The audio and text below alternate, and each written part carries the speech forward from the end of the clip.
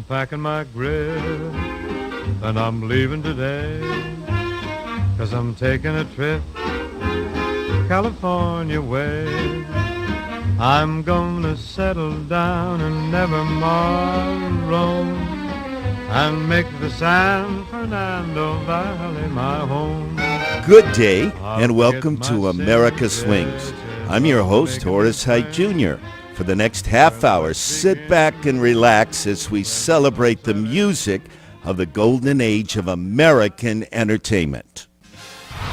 Imagine being the opening act for the chairman of the board, Frank Sinatra, and his pack. Tom, it is great having you on the show. I'm excited about being here. I love the music. Obviously, I love the music, you know. It's the best, and you're the best, and I'm in heaven. Tom, we want to start right off because we have so little time to talk about your roots. Now, you were born at the south side of Chicago, like that song Leroy Brown. Yeah. Tell us something about growing up in Harvey, Illinois. Well, Harvey's a suburb on the south side of Chicago, 147th South. It was steel mills and factories, and there were 36 taverns in the town, and a lot of steel mills and stuff. And I shined shoes in taverns from the time I was 6 years old till I was 12. I set pins in bowling alleys. I caddied in the summertime. I had 8 brothers and sisters, very poor. You know, 5 of us slept in one bed. 3 of those wet bed. The other 2 turned out to be great swimmers. You know, and yeah, but it was a poor but not unhappy childhood. We were very poor, and all my childhood years, you know, I was on my knees shining shoes in bars that Sinatra and Sammy and Dean were on the jukebox. Yeah, and later on, Sinatra said you were a saloon comedian. That was his quote. The New York Times one time said to him, "Why do you keep Tom Dreesen?" And he said, "You mean besides the fact that he's funny?" And the guy said, "Yeah." He says, "Well, because," he said, "if I'm a saloon singer, and I am," he said, "then Tom is a saloon comedian." He said, "By that I mean we're just a couple of neighborhood guys." And I've always treasured that quote, you know. Yeah. Well, this, to say the least, was a tough neighborhood, and you really had to climb out of it. And, you know, was there anyone that influenced you, you know, to take the initiative? Well, I had an older brother. You know, both my parents are alcoholic, and so I had an older brother who was just a hardworking guy. My brother Glenn, he was 3 years older than me, but he got me out when I was a kid. He got me out shining shoes. He got me selling newspapers. He made me realize as a little boy that we had to feed our brothers and sisters, and that if there's a great quotation said, "If it is to be, it's up to me." And my brother taught me that work ethic. And I'll always hold him, you know, near and dear, because he taught me that if you want it, you got to go work hard for it. As far as comedic influences, as a boy, I listened to radio, you know, and of course there were shows like "Can You Top This," you know, and also my comedic influences. I had an uncle named Frank Polizzi who owned a bar, and he could tell jokes better than anybody to this day. Yeah. And I listened to him, but I watched him tell jokes. But also Jack Benny was an incredible influence on me. And I got to meet him when I first started out in the show business, and that helped me a great deal, you know. And then also you became very interested in sports, and you still are. You're a great golfer. You got involved in baseball, and so you started emceeing and being the comedian for a lot of events, like the Bob Hope Desert Classic, Bing Crosby's event, and, you know, charitable events. Last year you did the clam bake at Lakeside Country Club, and how did that all come about? I mean, the sports and the... Being a little boy, growing up on the south side of Chicago, I always, you know, you dreamed that you might get out of the neighborhood through your athletic skills, you know. At a certain age, I realized I was playing football, getting beat up. I was playing, you know, that I wasn't going to be big enough or great enough to play sports, even though I played in the fast pitch league up until 5 years ago over here in Sherman Oaks. I just loved sports, and I was a big Cub fan, and I always went to the Cub games, and as a little boy sat in the bleachers.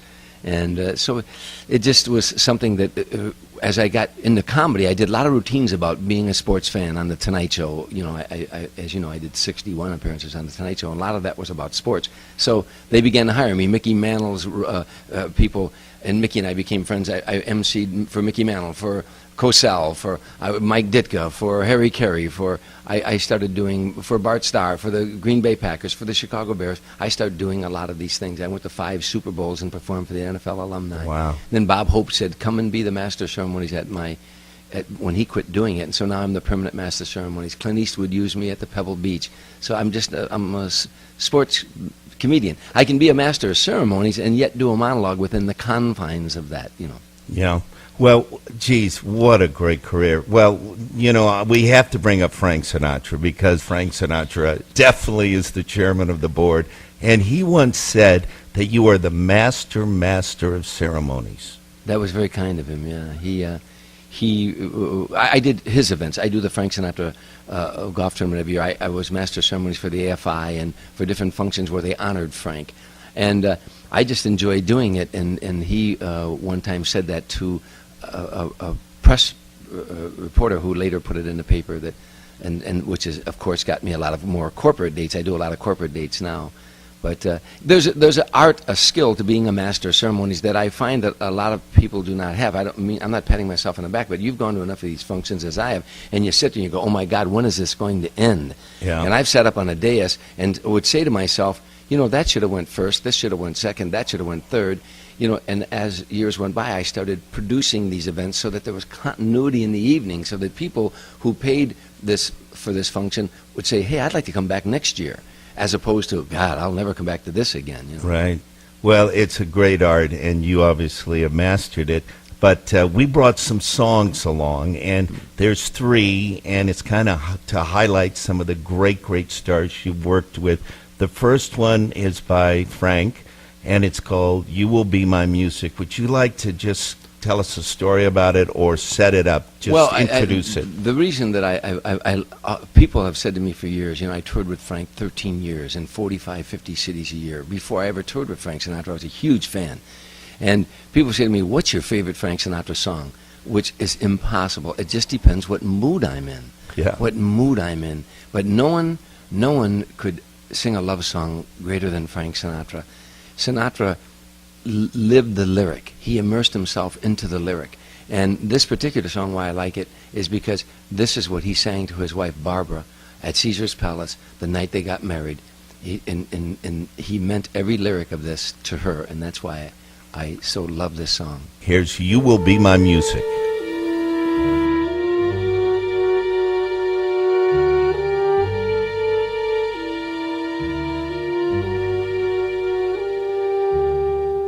When all the songs are out of tune and all the rhymes ring so untrue, when I don't find the words to say the thoughts I long to bring to you, when I hear lonely singers who are just as lost as me,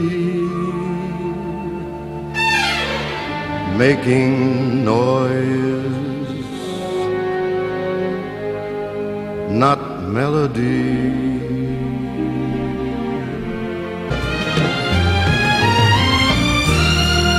You will be my music. You will be my song.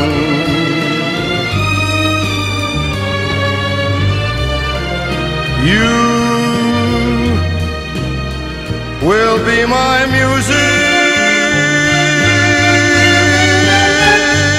I can't wait any longer if I'm wrong.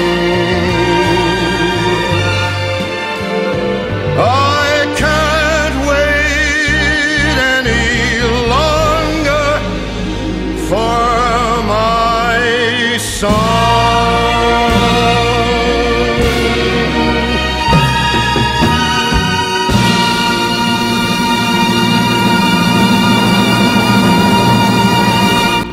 Wow, what a song. That's why there'll never be another Frank Sinatra. Yeah. That's why. I mean, even now, it's been years since he's passed away, and I miss him every day, but I miss him more when I hear his music. Just listening to that song, it reminded me of so many things about him, what he meant to music. People forget what a great actor Frank Sinatra was. Frank Sinatra won the Academy Award and never took an acting lesson. I once said to him, "Did you ever study acting?" And Gregory Peck grabbed my arm and said, "Acting lessons would have ruined him." what a marvelous thing for this great actor, Gregory Peck, to say, because this was a diamond in the rough you didn't fool with. So when Frank Sinatra received a song, he told me this years ago, when someone handed him a song, to him it was a script. What did the writer feel the night the writer took pen in hand? What was the writer feeling when he wrote those lyrics? He said, have you ever been through a bad love affair, Tommy, and you're in a car and a song comes on the radio and it begins to break your heart? So you change the station. And lo and behold, another song comes on and it begins to break your heart. And you change the station. And then another song comes on and all of a sudden you realize they wrote those songs when they feel like you feel right now. Yeah. You know, Sinatra, more than any singer I've ever known, became that lonely guy in the bar who was hurting because his woman left him. And as he got older and lost some of his singing skills, he didn't lose his acting skills. Now he was a 75-year-old man in a bar, and love was never going to find him again. And no one could do it better. That song, you know, there's a lyric in there, making noise, not melodies. Yeah. The singers today are making noise, not melodies. Yeah, you know? that's right. When all the songs are out of tune, it's and what a compliment to give to your woman, that for a man like the chairman of the board to say, "You will be my music," coming from Frank Sinatra. Yeah. That's you gave this song a whole new meaning for me by mentioning that. Yeah. It's incredible. And of course, you're incredible too. You worked with him, and he loved you. And I just want to mention some of the unbelievable television credits you have: The Tonight Show, Columbo, Dinah Shore Show, Touched by an Angel, Murder, She Wrote, David Letterman. Well, as a stand-up comedian, you know, I've done maybe 500 appearances on television as a stand-up comedian. You know, 50 Dinah Shore, 50 Merv Griffin, 50 Mike Douglas, 61 Tonight Shows. But the others were acting, Murder, She Wrote, and Columbos, and that, you know, the Touched by an Angel I did not too long ago. Those things are they're just like fun, but it isn't the joy of stand-up comedy. Yeah. I want to be a stand-up comedian like George Burns when I'm 100 years old. You know? You will be. I hope to be, because that's the joy of making people laugh. Nothing greater can be said, that you make a living at what you love to do, and I love the sound of laughter. Oh, that is so true. It's like doing this radio show. I'm a band leader, and I miss the audience, you know, in doing the show. I know there are listeners out there, but it's nothing. It's not quite like live performing. No, nor will it ever be. You see, and I want to say something quickly about Frank Sinatra, Sammy Davis, and Dean Martin, and that era. That when they passed away, Irv Kupcinet from Chicago asked me to give him a quote, and I said the difference is that young entertainers today try to electrify an audience, excite an audience through modern technology like laser lights. Sammy Davis Jr. was a laser light. He sure Frank was. Sinatra could walk on stage and create more excitement walking to the microphone than most entertainers today do after an hour and 50 minutes of their performance. I've never seen anybody walk onto a stage. I toured with Sinatra all those years, 20,000 seaters. Frank Sinatra walked to the microphone and the people went absolutely wild. He was a laser light. He didn't need technology to excite an audience. And you worked with a lot of other laser lights, too, like Smokey Robinson, Liza Minnelli, Natalie Cole, and, of course, Sammy Davis Jr. We're going to do one of his songs. But I want to just ask you a question about Smokey Robinson, because I just saw him in Vegas, and I was really touched. He is filled with so much love. He just puts people, he just puts them in his time. He's got a slow down rhythm, and he just mesmerizes people. There's no, of all the artists I've ever performed with, I've never known one who loved to entertain more than Smokey. Smokey would rather be out there singing for you than eating. He truly loves performing, and by the way, he truly loves you. He's the most, if there is such a thing as this Christian ethic, I've never met a better Christian than him. He truly loves mankind. And I don't know a soul that he's ever had an ill thing to say about it. I felt that, and everyone in the audience felt that. Incredible. How about Smokey? He's written over 5,000 songs. I know. As we're speaking, he's getting a check right now. I know. You should get him on this show. I'll tell him about this show. Oh, I would be so thrilled. He doesn't live that far away. I would be so thrilled to have Smokey. You've got it. I'll talk to him. But we got to talk about another they're all the best. But Sammy Davis Jr., when Kay and I were on the road doing Holiday Inns and the Ramada Inns, Sammy Davis Jr. was our favorite, because talk about a laser light. Do you have a story about him? I've got 100 stories about Sammy. Sammy, Sammy Davis took me on the road when no one would take me on the road. After I did one Tonight Show, he took me on the road, and I traveled with him before I ever traveled with Frank. But he was the most generous, giving entertainer I've ever met in my life. There's nothing Sammy couldn't do. You know, he could sing, he could dance, as with the best of them. Sinatra said, I never heard Sammy hit a bad note. You know, but this song that you're about to play, why it means two things to me. One was when I was down and out, I was with a comedy team. Tim Reed and I became America's first black and white comedy team. The team was together 6 years, and the team was splitting up. And I was going through a difficult time in my life, and my wife and I were going through separation, and my wife wanted me to quit show business and get a job in the factory. And she separated from me, took my children, and they went to live with her sister and her. And I was living in my brother's attic, and one night I was just so distraught I didn't know what I wanted to do. And I heard Sammy on the radio singing this song, and it said so much to me that it encouraged me to stay in the business. Now, to set the song up even better, before I ever met Sammy Davis Jr., in Chicago they had a thing called the Black Expo. It was 1 week of African-American art and culture and etc.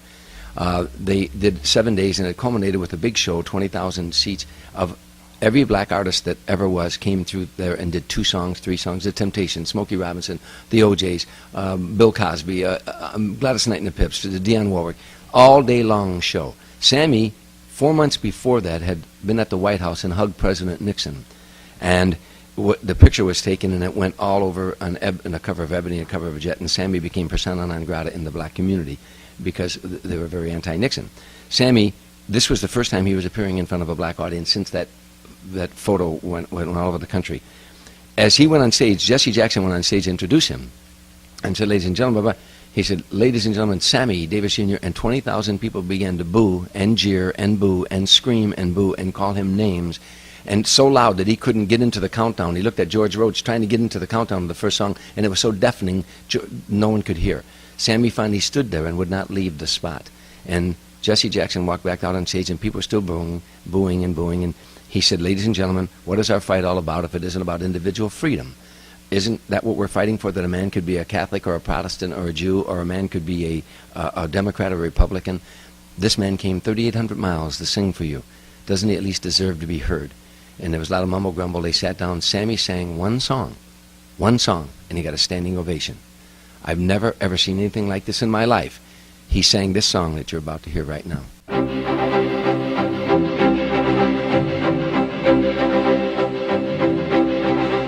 Whether I'm right or whether I'm wrong, whether I find a place in this world or never belong, I gotta be me, I gotta be me.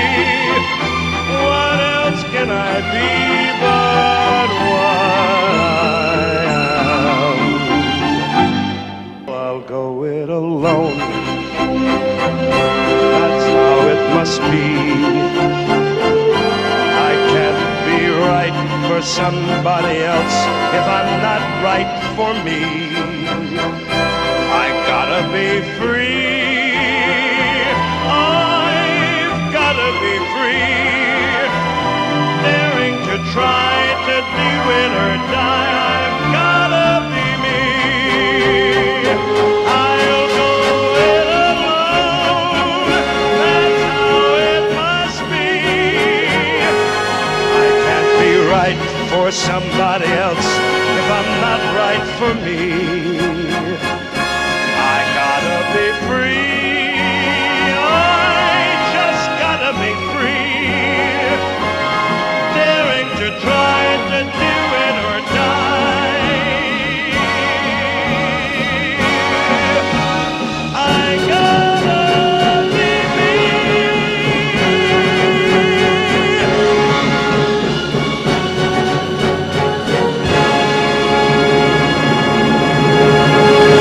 You're listening to America Swings, and we're in studio with Tom Dreesen, and we're out of time.